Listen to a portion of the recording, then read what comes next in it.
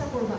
পড়াশোনার পাশাপাশি আমি এখানে একটা বিষয় লক্ষ্য করেছি, তোমরা এক্সট্রা কারিকুলার অ্যাক্টিভিটির সাথে খুব ভালোভাবে জড়িত এবং বিভিন্ন সময়ে বিভিন্ন ধরনের পুরস্কার এনে আমাদেরকে গর্বিত করেছো এবং তোমাদের পথ চলা যাতে অব্যাহত থাকে সেই দোয়া সবসময় থাকবে এবং সবকিছুকে ব্যালেন্স করে চলার চেষ্টা করবা। এবং তোমাদের যে শিক্ষকরা আছেন, শিক্ষকরা আসলে অসাধারণ শিক্ষক।